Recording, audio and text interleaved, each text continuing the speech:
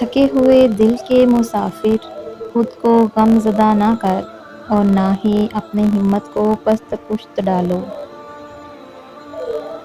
تمہارے رب کی رحمت تمہارے گناہ سے کہیں بڑی ہے۔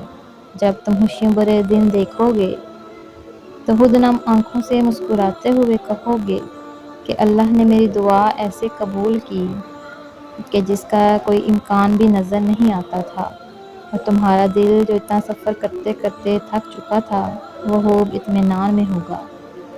تمہیں کسی بھی انسان سے محبت کرنے سے پہلے اللہ سے محبت کرنی ہوگی، کیونکہ جس دل میں اللہ کی محبت ہوتی ہے اس دل میں وہی محبتیں بستی ہیں جو اللہ کے لیے ہوتی ہیں،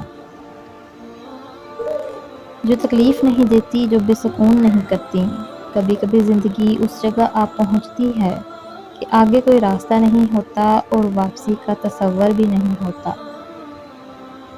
پھر دعاؤں سے معجزے ہوتے ہیں، پھر کن فیکن سے تقدیر بدل جاتی ہے۔ بس صبر اور اللہ پہ بھروسہ ضروری ہے۔ توکل وہ راستہ ہے جس کے ذریعے آگ ٹھنڈی کر دی جاتی ہے، جو ایڑیوں سے زمزم نکلوا دیتا ہے، جو دریا میں راستہ بنوا دیتا ہے، جو یوسف کو یعقوب سے ملوا دیتا ہے، جو شدید طوفان میں کشتی نو پار لگا دیتا ہے۔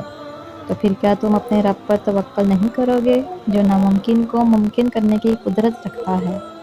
اللہ کسی کو مایوس نہیں کرتا، اس سے مانگتے رہو۔ ایک دن یا تو تمہیں عطا کرنے کے بعد پرسکون کر دے گا، ورنہ اس احساس سے بے نیاز کر کے مالا مال کر دے گا۔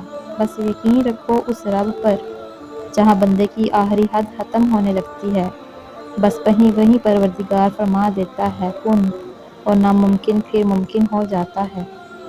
سنو، یہ مت سوچو کہ تمہاری دعائیں نہیں سنی جا رہی یا کبھی قبول نہیں ہوں گی، بلکہ جان لو تمہاری دعائیں تو عرش پر جا چکی ہیں، اس کے تو بس ایک کن کی بات ہے۔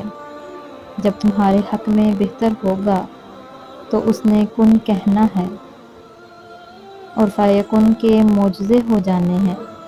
تمہارے نصیب کا تم ہی کو ملے گا، پھر چاہے دو پہاڑوں کے درمیان ہی کیوں نہ ہو۔ اللہ سے ضد تو نہیں لگائی جاتی، اس کی تو بس مانی جاتی ہے۔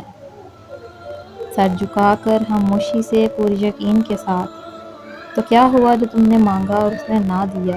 کیا معلوم جو تم نے مانگا ہو بہتر وقت میں تم کو مل جائے، یا اس سے بہتر نصیب میں لکھا ہو۔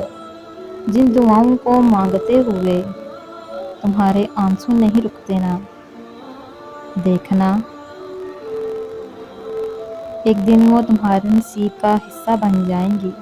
اپنی مانگی ہوئی دعاؤں پر یقین رکھو، وہ رحمان ہے، رد نہیں کرتا۔